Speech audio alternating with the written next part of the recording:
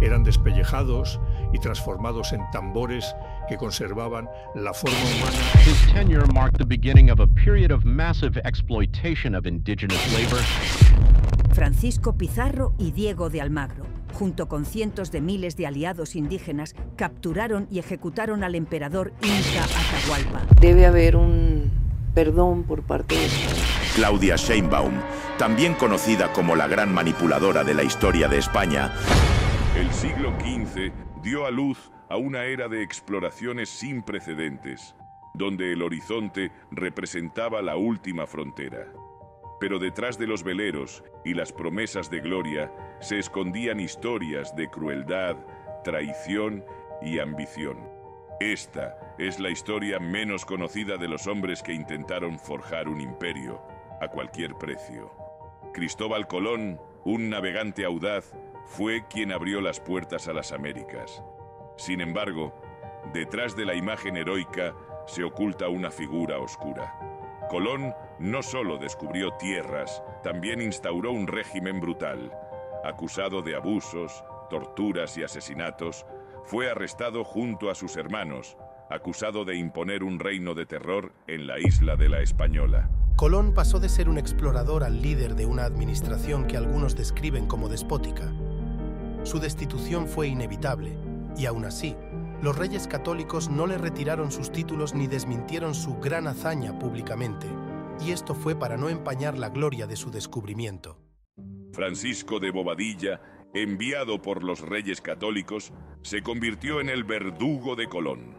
Al llegar, recopiló decenas de testimonios que detallaban los abusos de poder y las atrocidades cometidas contra la población indígena y los propios españoles. De Colón, pocos pudieron escapar. Bobadilla descubrió que la administración de Colón era tan violenta que ni siquiera los españoles residentes se salvaban. Con 500 hombres, llegó a Santo Domingo y arrestó a los hermanos Colón. Pero tomemos en cuenta de que mantener el orden a la llegada de Cristóbal Colón no fue para nada fácil. Cuando llegó se encontró con masacres de todo tipo por parte de los indígenas. La guerra era a tal punto una virtud suprema para los indígenas que sus hazañas y sus víctimas estaban representadas por emblemas en las ropas, en las plumas que adornaban al guerrero, en las máscaras. Los soldados incas volvían de la guerra blandiendo la cabeza de los vencidos en la punta de las picas. Algunos prisioneros eran despellejados y transformados en tambores que conservaban la forma humana, por lo que el cadáver parecía golpear su propio vientre con varitas que les colgaban de las manos. Las cabezas reducidas como trofeos de guerra, los collares hechos de dientes, los cueros desollados de las víctimas convertidos en vestidos y los cráneos transformados en copas donde beber la chicha, constituyen un lejano antecedente de los libros encuadernados por los nazis con piel de judíos.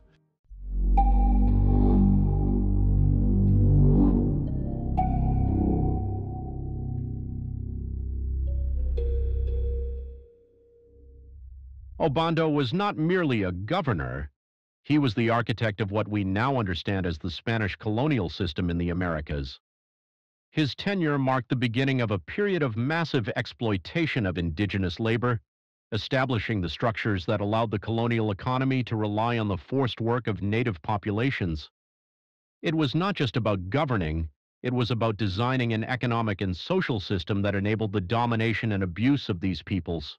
Con la llegada de Nicolás de Obando, en 1502, la colonia de la Española entró en una fase más violenta. Obando escuchó que los indios estaban preparando un levantamiento contra los españoles y aborígenes, y gracias a él, estas rebeliones indígenas fueron aniquiladas, manteniendo una paz de victoria entre la población. Obando fundó numerosas nuevas ciudades, pueblos y villas. También fundó 2 conventos, así como el primer hospital de América. Se propuso fomentar la agricultura, en vez de animar a extraer el oro. Incluso, en Canarias, llevó la caña de azúcar, que hoy es la primera fuente económica del país. Vasco Núñez de Balboa se adentró en el Darién, cruzando montañas y selvas, y el 25 de septiembre de 1513 fue el primer europeo en ver el Mar del Sur, el Océano Pacífico. El conquistador español salió desde Santa María de la Antigua del Darién a orillas del Mar Caribe, en la actual Colombia. Pero Balboa no estaba solo. Forjó alianzas con algunas tribus, emprendió la aventura con los pocos hombres de que disponía y el auxilio de sus aliados indígenas. El primer día de septiembre de 1513 partió con 190 hombres, 1000 indios de carga y varios perros de pelea. Los expedicionarios aún tuvieron que enfrentarse con el cacique Chiapas en su descenso hacia el mar.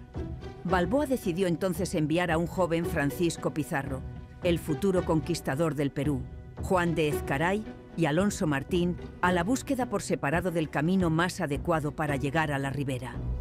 El 29 de septiembre de 1513, día de San Miguel, Balboa alcanzó por fin la orilla del Mar del Sur, como lo bautizó por haber llegado hasta allí avanzando a través del istmo en esa dirección.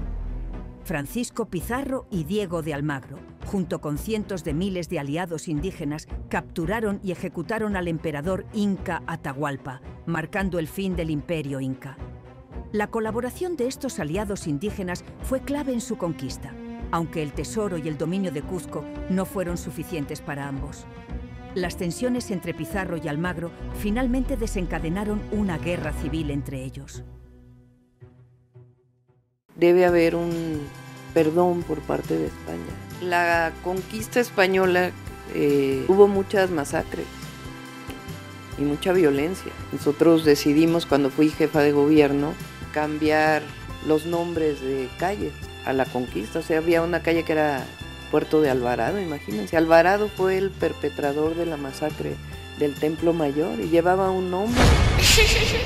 Claudia Sheinbaum, también conocida como la gran manipuladora de la historia de España y de la cual posee sangre en su ADN española, reniega de sus raíces y manipula a la población mexicana, nombrando a Pedro de Alvarado como asesino, sin ni siquiera nombrar que Pedro estuvo acompañado de un 80% de indígenas en la conquista del Templo Mayor. Hay que ser rastrera y mentirosa. Lo que pretende, con ayuda de los británicos y de Estados Unidos, es que los mexicanos pierdan su identidad verdadera y estén en manos de la nada.